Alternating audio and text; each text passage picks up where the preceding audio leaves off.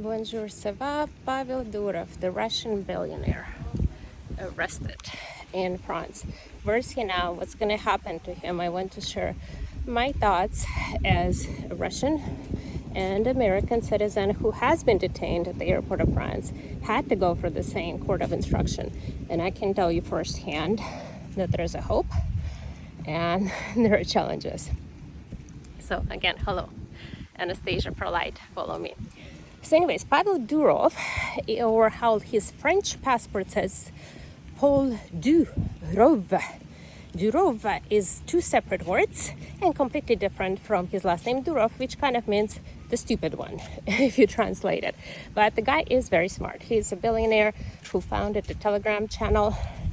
And the Telegram is a communication method like WhatsApp.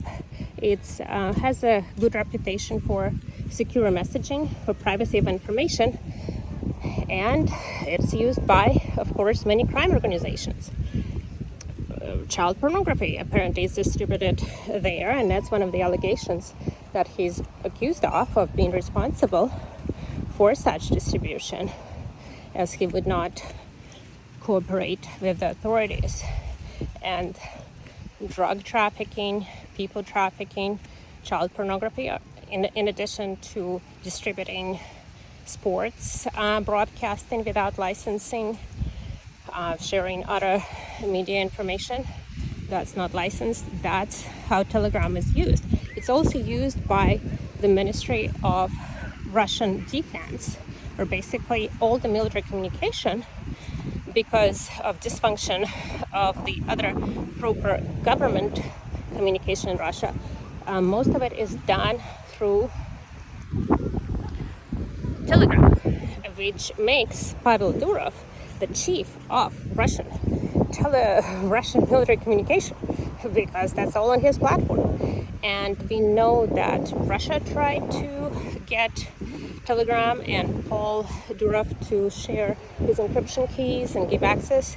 Apparently he refused and left the country. We also know that he was arrested, or when he was arrested on the evening of 24th of August, this Saturday, that he was actually flying from a meeting with President Putin, which may or may not have happened. Even if it did happen, nobody would share. They could have had a private meeting, because otherwise why would he fly to Baku to meet with Putin if the meeting didn't happen? So the guy flies to meet with Putin, maybe meets with Putin's associate to discuss how to remain neutral, as if he discloses access and keys to the Russian government, then he has to disclose the keys and access to the FBI. Apparently that's not what Pavel Durov was trying to do. So then an arrest warrant in France gets issued, possibly right before his arrival. In my situation, in my case, I was also arrested in France. Also on my arrival, I arrived with my children, first class, Air France, not a private, but Air France, first class cabin, coming from Maldives.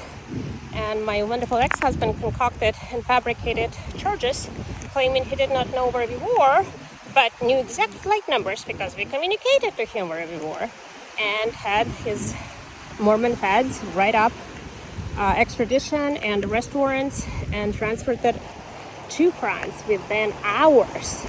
And then the same as with Pavel Durov, not the military, but it's like the special police, the marshals, I guess. They are the ones in charge of arresting and executing those arrest warrants at the airport, at least, of the flight. So they went to Pavel Durov's craft and probably arrested him right as he was deboarding. Then what happens to you is they take you to this little room at the airport, give you an English-speaking person who types up initial arrest documentation. They're not so nice to you, but they usually give you a couple of phone calls. I called my mother in America, who was useless, and also an embassy that was useless too. I'm sure Durov has great resources and has great lawyers. So if he plays his cards right and is prepared for that hearing at the court d'instruction, which is going to happen in Paris at a beautiful castle building right next to the burnt Notre Dame de Paris church. It's beautiful, beautiful castle, and they take you there. And when for me, I had to suffer for 3 or 4 freaking days in their detention chamber, which was basically a shithole. Like, imagine maybe a public restroom, so maybe twice the size of a little public restroom with a hole in the wall and in the floor. That was all I had. There was a stone bench, probably covered in excrements, and a hole in the floor for your bodily functions. Nothing, not even a source of water. So in my case, God already told me what's going to happen, and I chose to accept, that life experience of basically being crucified for the sake of, the light and the sake of God, as the demons have concocted this and have used my ex-husband to concoct those charges. But for some reason, that was the path my soul has chosen to do. So even all the way for 12 hours from Maldives to Paris in first class, where you have, champagne and all kinds of great food, 5-course meal, I ate nothing, I drank nothing.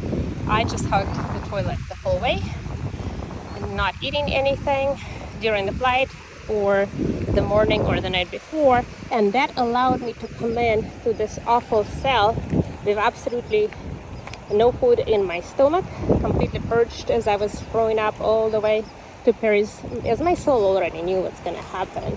And I chose to go to the slaughter. As Jesus has chosen to accept his burden and his suffering, we humans can also accept our suffering and offer them up. So it was really hard. So I remember for 3 days, I just hibernated. I couldn't really sleep because of the bright lights and constant noise. But I did not eat. Not like they really had any food, but I think by the day 3, some of the guards kind of felt bad. Oh, stop yelling, the little seagull. Yeah.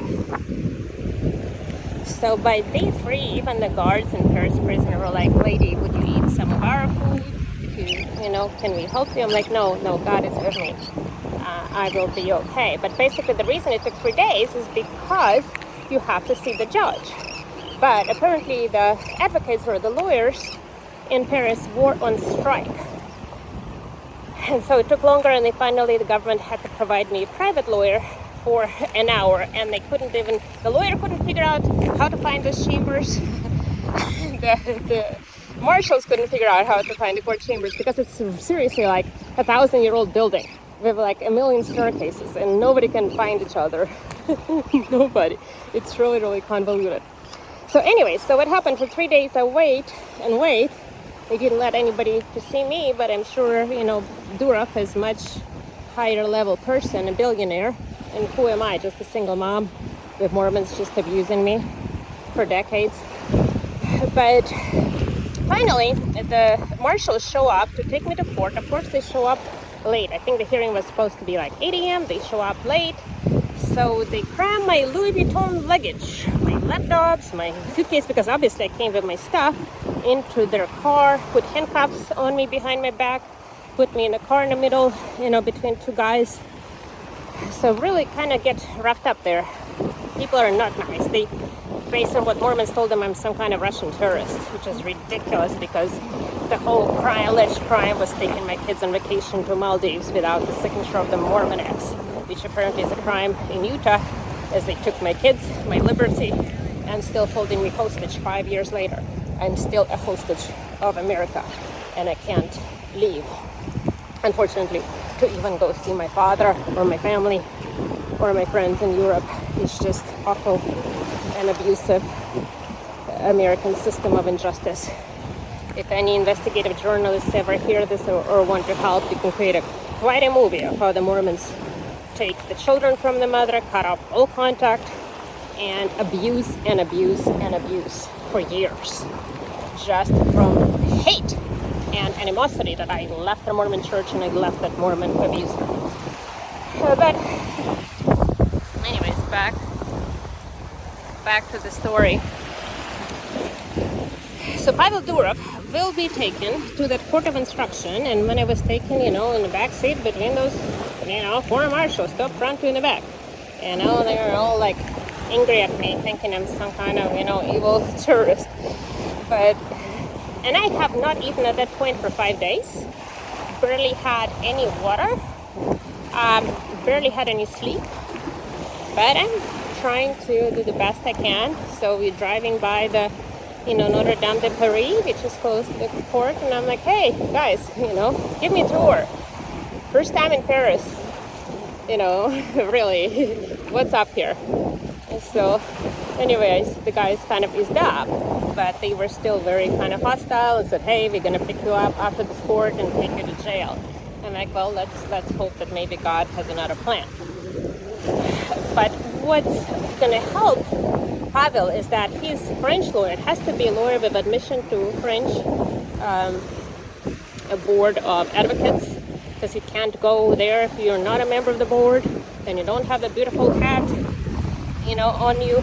But you go, you sit down at this chamber of instruction, talk, explain, and what they really want to hear is that how can they assure that you're not going to leave France?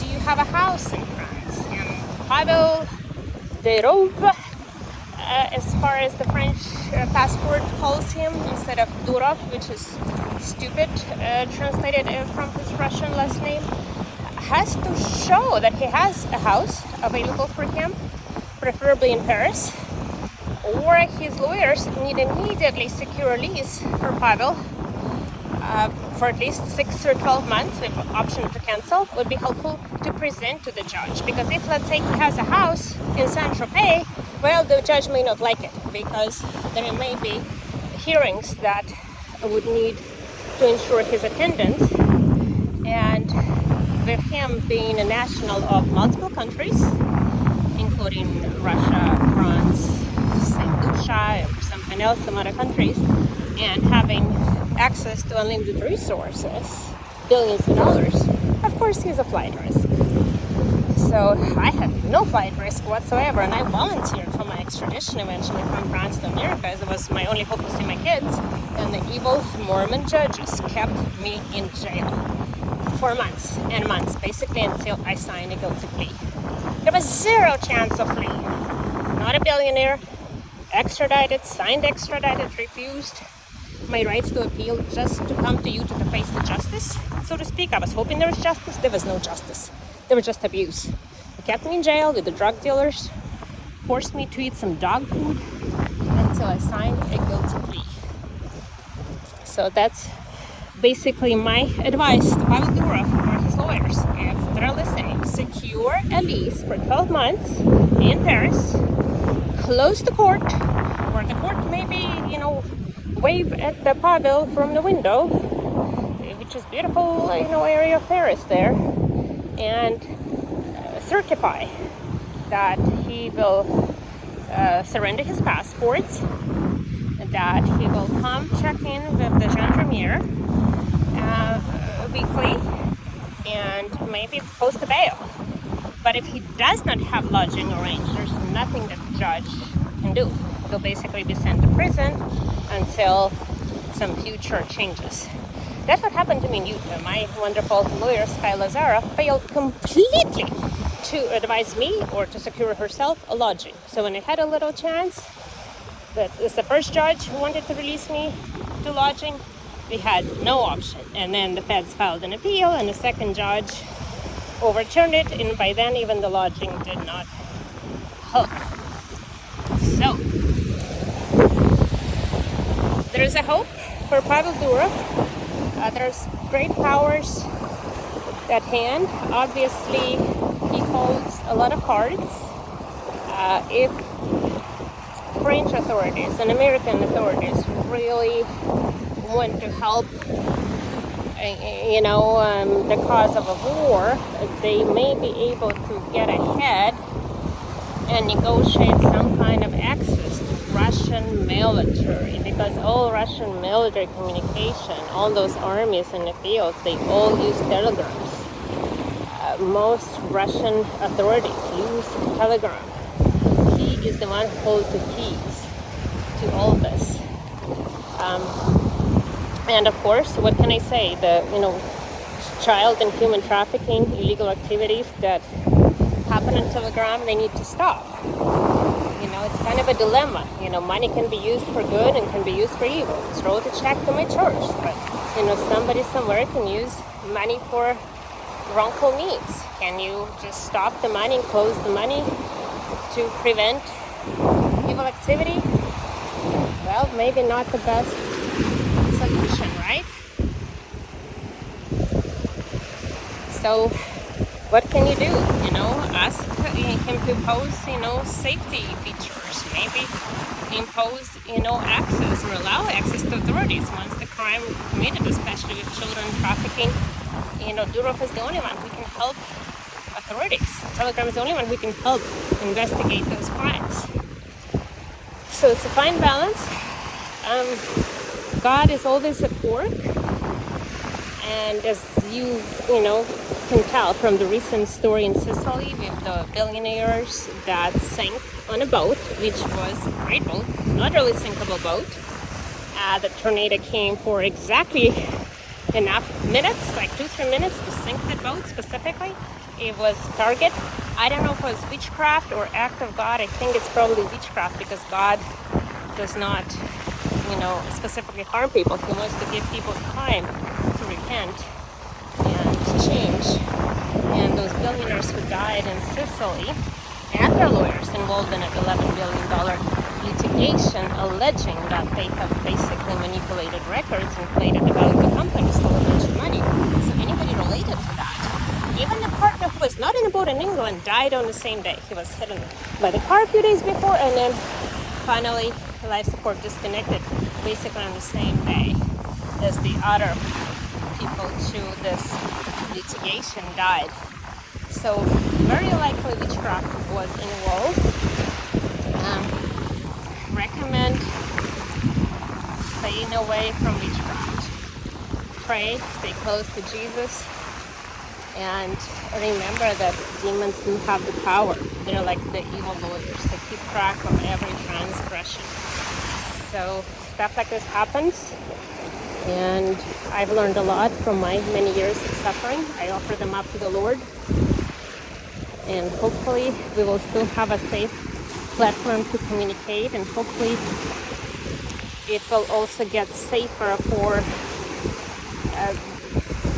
the worldwide activity and trafficking and drug use and sales, and especially pornography and child pornography will stop, and those people will be properly persecuted.